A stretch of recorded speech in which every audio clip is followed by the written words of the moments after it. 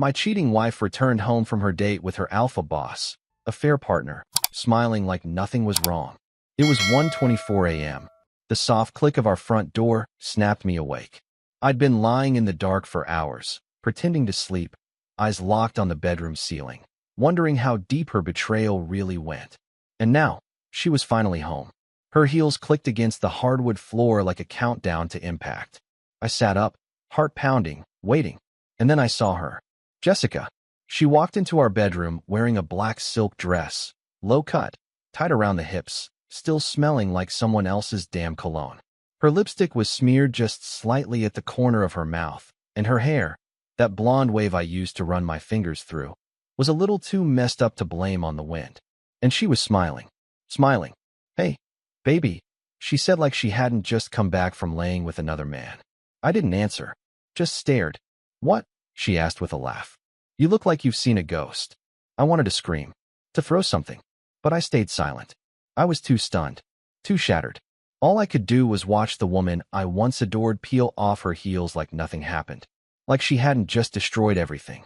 She walked over to the mirror, humming some stupid tune, and wiped off her lipstick.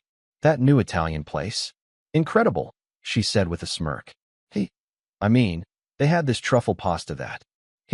She froze. Just for a second. Barely noticeable. But I caught it. That twitch in her eyes. That pause. I stood up slowly. "You were with him again, weren't you?" I asked, my voice lower than I'd ever heard it. "Logan, your boss." Jessica turned, laughing nervously. "Don't be ridiculous, Matt. Logan's my boss." "Yeah, but it was just a team dinner." I stepped forward. "At 1 in the morning? While wearing that dress?" She rolled her eyes. "God, are you really going to do this right now? You sound paranoid." Paranoid. That word bounced around my skull like a bullet. I reached into my hoodie pocket and pulled out her phone. She left it unlocked on the kitchen counter earlier. I'd seen the texts. All of them. "You make me forget I'm married," face blowing a kiss.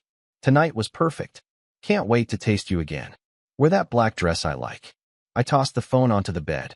The screen still lit up with her last message to Logan. Jessica stared at it, then looked at me. That fake smile dropped. Silence. Then her voice changed, icy and sharp. "So you've been spying on me now?" "I was hoping I was wrong," I said. "I prayed I was crazy. That maybe you really were working late. That you really were with friends. But no, you were out screwing your boss, Jess." She crossed her arms. "Don't act so innocent. You knew things were off between us. And that gives you the right to go behind my back? To lie to me every single night? In our home?" Jessica shrugged. "Maybe if you'd been less boring in bed, I wouldn't have needed anyone else." That sentence shattered something in me. She didn't flinch, didn't apologize. She looked at me like I was the burden, like she was the victim here. And then she turned, walked into the bathroom, and shut the door. Just like that. No remorse. No guilt. No shame. I stood there, still trembling, fists clenched. Everything inside me wanted to burst, to break something, to wake up and realize it was just a nightmare. But it wasn't. This was real. I looked around our bedroom, the room we shared for 7 years. The photos on the wall, the wedding picture, her perfume on the dresser. All of it, now stained with betrayal. And then something inside me shifted. I wasn't just heartbroken anymore. I was done. But this was just the beginning. Tomorrow, she'd wake up and realize I wasn't the same Matt she left behind. I was going to make her pay, not with fists, not with screams, but with cold, calculated silence. Let her smile now. She won't be smiling for long. I didn't sleep that night. Just sat there in the dark, listening to the sound of water running from the bathroom, the faint hum of her voice as she sang to herself like she hadn't just burned our marriage to the ground. My mind went back over every moment, every little sign I ignored. The sudden obsession with her phone, how she started taking it into the bathroom, even during showers. The new lingerie I'd never seen her wear for me. The way she used to send me long messages during the day, that slowly turned into cold one-liners. And of course, the work trips that came out of nowhere. I remembered one night last month. She said she was going to stay at her sister Amanda's because they had wine and girl talk planned. But Amanda accidentally texted me asking if Jess had picked up her jacket she left 2 weeks ago. When I asked Jessica about it, she laughed it off, said Amanda was confused. But Amanda wasn't confused. None of them were. The whole time, I was the one being played. Around 3:12 a.m., She came out of the bathroom wearing that same smug face. You're not sleeping? I didn't answer. She sighed, annoyed. Are you really going to mope all night like a little? Shut up, Jessica. She blinked. Excuse me.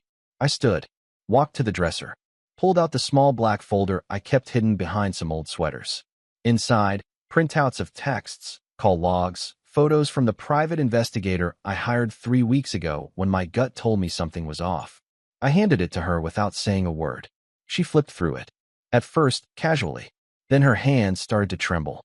You followed me? She snapped. No, I said coldly. I paid someone else to.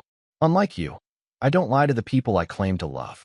She threw the folder on the ground. So what? You want a trophy? You think you're some genius for hiring a damn spy?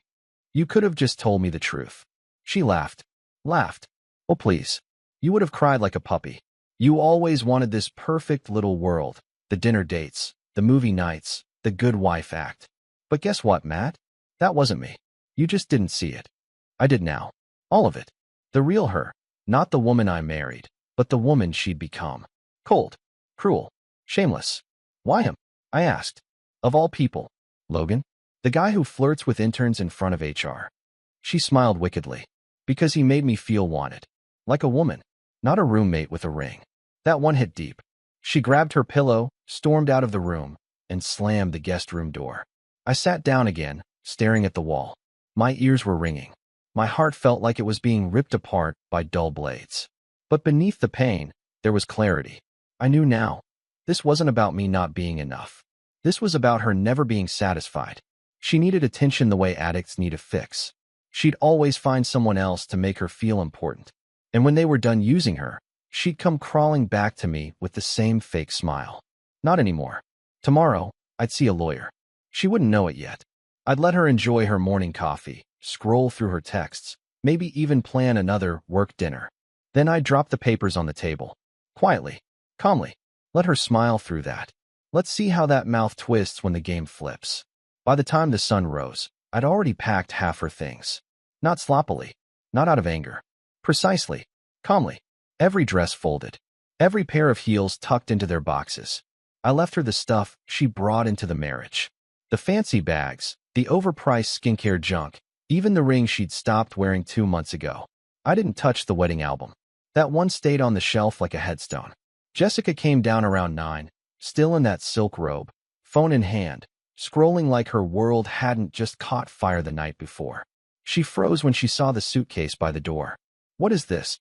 I didn't look up from my coffee. You're going to your sister's. She scoffed. Are you serious right now? Completely. She stepped closer.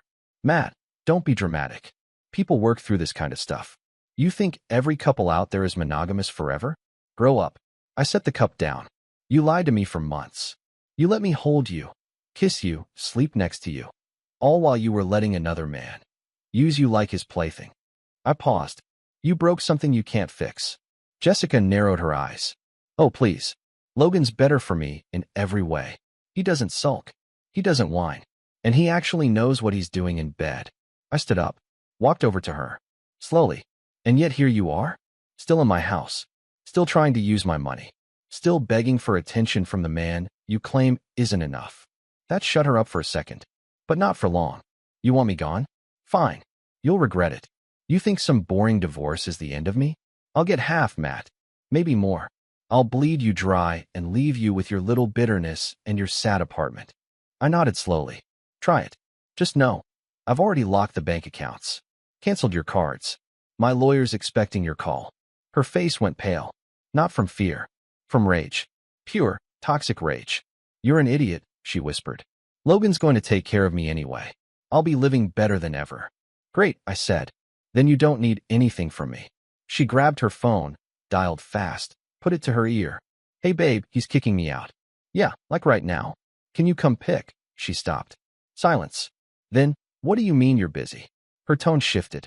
You said last night. No, I'm not being crazy, Logan. Are you kidding me right now? She hung up, threw her phone on the floor. It bounced once and cracked. I watched her fall apart without a single word. All that confidence, that smugness, gone in 30 seconds. Jessica looked up at me like I was supposed to comfort her. But I'd never felt colder. You thought he was going to save you? I said. You were just a game to him, Jess. The married girl. The secret thrill. And now you're yesterday's news. She stared at me, eyes wide, breath short. She looked terrified. I turned away. Your Uber's 5 minutes away. She didn't move. Then, finally, she grabbed the suitcase and stormed out. Didn't say goodbye. Didn't slam the door. Just left. The moment the door shut, I collapsed into the kitchen chair and cried like I hadn't cried in years. The tears weren't loud. No sobbing, no theatrics. Just a slow, silent leak from the corner of my eye as I sat there, staring at the empty doorway. I don't even know what I was crying for anymore. The loss of her? Or the loss of who I thought she was? You spend years with someone, building, laughing, dreaming, and it's like suddenly you realize none of it was real. It was a rented fantasy, and the lease just expired. I wiped my face, stood up, and looked around the house. Everything felt unfamiliar. The couch we picked together, the photos lining the wall, her perfume still hanging in the air like smoke after a fire.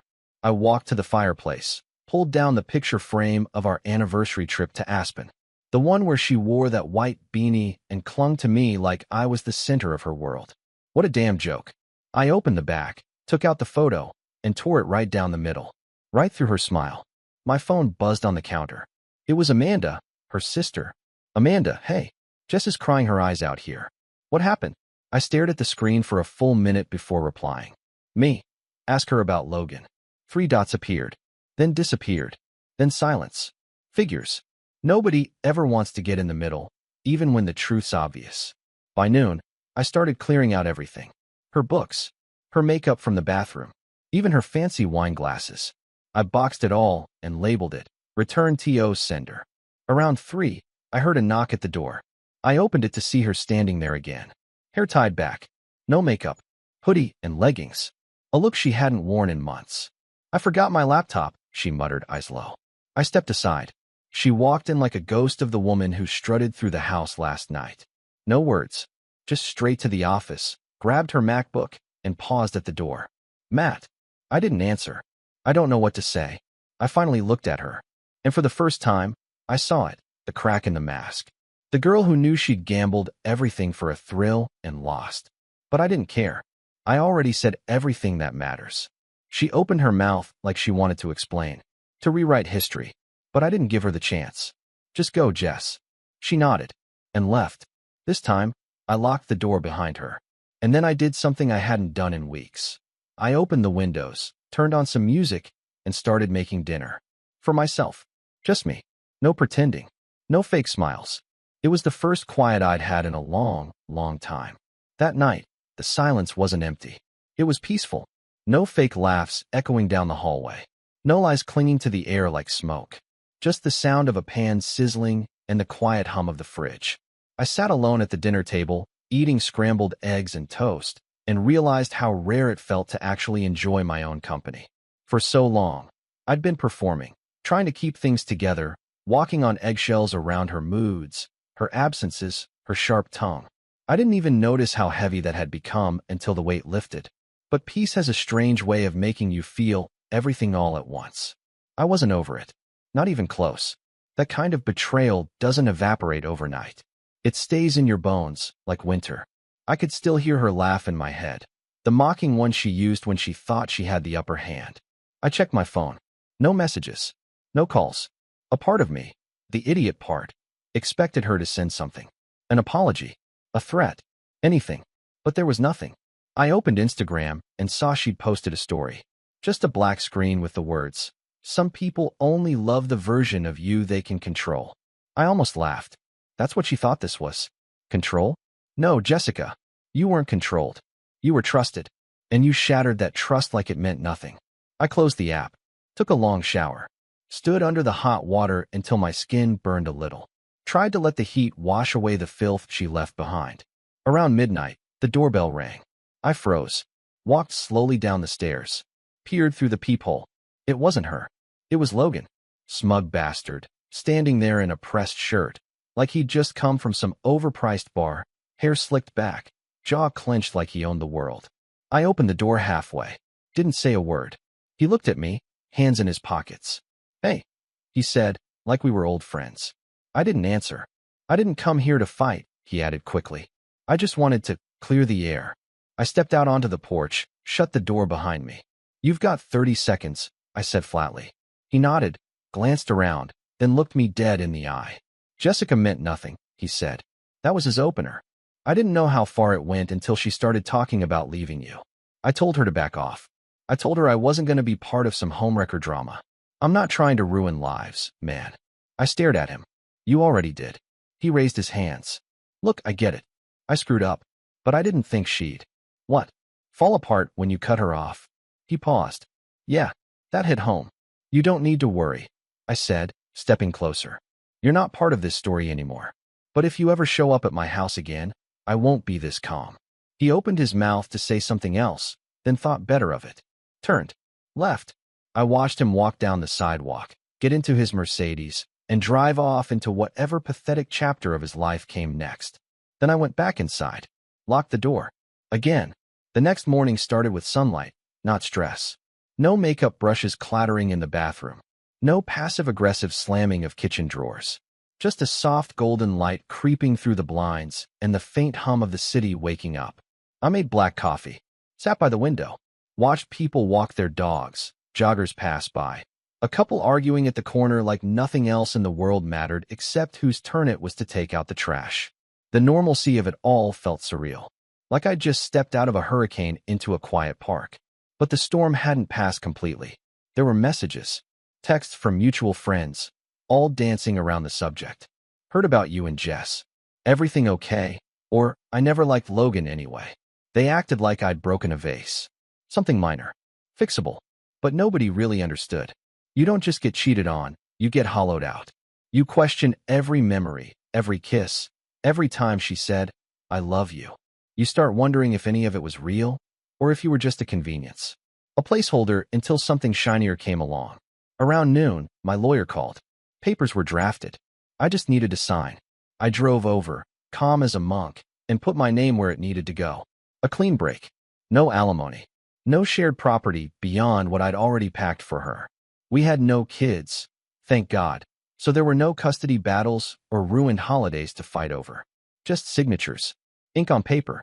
By the time I got home, her car was already gone from the street. She'd come while I was out. Took the rest of her things. No note. No voicemail. No final I'm sorry. Good. I didn't want one. That night, I found myself standing in the hallway, staring at the empty coat rack. There used to be her red trench coat hanging there, the one she wore on our second anniversary. We'd laughed in the rain, dancing like idiots in the middle of the sidewalk. I remembered that moment like it was yesterday. Turns out, that memory was a lie too. I went to bed early. Slept like I hadn't in weeks. No footsteps pacing outside the room. No whispered phone calls in the bathroom. No nightmares about finding lipstick on someone else's collar. Just sleep. Real, deep, dreamless sleep. And in the morning, for the first time in months, I didn't think of her the second I opened my eyes. Days turned into weeks. And with each passing one, it got easier to breathe. At first, I kept expecting something. A knock at the door, an email begging for another chance. Maybe a sudden apology wrapped in half-truths and crocodile tears. But nothing came. She disappeared as fast as she had changed. Like her exit was just the next role she had to play. Maybe Logan found someone newer, someone dumber. Or maybe she was busy tearing someone else's world apart the same way she did mine. I stopped caring. I poured myself into work, into fixing the apartment, into going to the gym every morning before sunrise. The soreness felt good, like punishment, or maybe purification. I started talking to people again. Real conversations. Not the fake smiles and everything's fine I used to wear like armor. Amanda texted a few times. At first, she was defensive. She thought I was overreacting, that maybe Jessica had just made a mistake. But when I sent her the screenshots, the surveillance photos, the time-stamped messages, she went silent. Then one night, around 2 a.m., Amanda sent me another message. Amanda, I'm so sorry. I didn't know. I swear to God if I had, I would have told you. I believed her. She wasn't like Jess. She had a conscience. A heart. I didn't respond. Not because I was angry. Just what was there left to say? The next weekend, I cleaned out the last drawer in the guest room. The one she always used for her journals and sketchbooks. Tucked in the back, I found a page she'd torn out and folded a dozen times. On it, in her handwriting, Sometimes I wonder if I'm even capable of love, or if I just like the feeling of being desired. I stared at those words until they blurred. That sentence haunted me more than anything she ever said to my face. Because it was real. It was the only moment of truth I'd ever seen from her. And it wasn't written for me. It was probably written for herself. Or for Logan. Or some twisted fantasy of who she wanted to be. That's when it finally clicked. It was never about me. I didn't fail. I didn't lose her. She was never mine to begin with. She was always halfway out the door, chasing something that would make her feel whole for 5 minutes before she started burning everything again. So I lit a match. Burned the note. Let the smoke carry that final piece of her away. The next morning, I stood in the mirror and saw someone I hadn't seen in a long time. Me. Not the version she twisted. Not the shell I became. Just me. Broken, maybe. But healing. Quiet. But free. It took a while, but one night, sitting on the balcony with a glass of whiskey and the city lights flickering below me, I realized something. I wasn't angry anymore. Not really. Yeah, I still remembered the way she smiled that night. That cruel, empty smile when she walked in after being with him. I still heard her voice in my head sometimes. That sharp little laugh when she mocked me like I was some naive fool who didn't know how the world worked. But it didn't hurt like before. It didn't pull me under. It was just a scar. And scars don't bleed. They remind. A few weeks later, I bumped into someone from our old circle. Kenny, a guy we used to hang out with at dinner parties. He looked awkward at first, like he didn't know what to say. Then he leaned in and said, "I heard about what happened, man. I'm sorry." She always had that look in her eye, you know? Like she was hunting something. I laughed for the first time in a long time. Not out of bitterness, just pure, stupid relief. Because I wasn't crazy. I wasn't paranoid. I'd just been in love with a woman who saw loyalty as weakness and kindness as something to exploit. I don't regret loving her. I regret not loving myself enough to walk away sooner. Now I do. I spend my weekends hiking, boxing at the gym, reading books that have nothing to do with healing or heartbreak. I meet people without flinching when they say something kind. I trust a little slower, but I don't carry her poison in my chest anymore. And if I could say one thing to someone who's in the middle of what I went through, it'd be this. Don't waste your time trying to fix someone who's still breaking you. When someone shows you who they really are, believe them. The first time. And when they walk in smiling like nothing's wrong, like they didn't just rip your heart out behind your back, smile back. Because nothing ruins them more than realizing they no longer have the power to hurt you.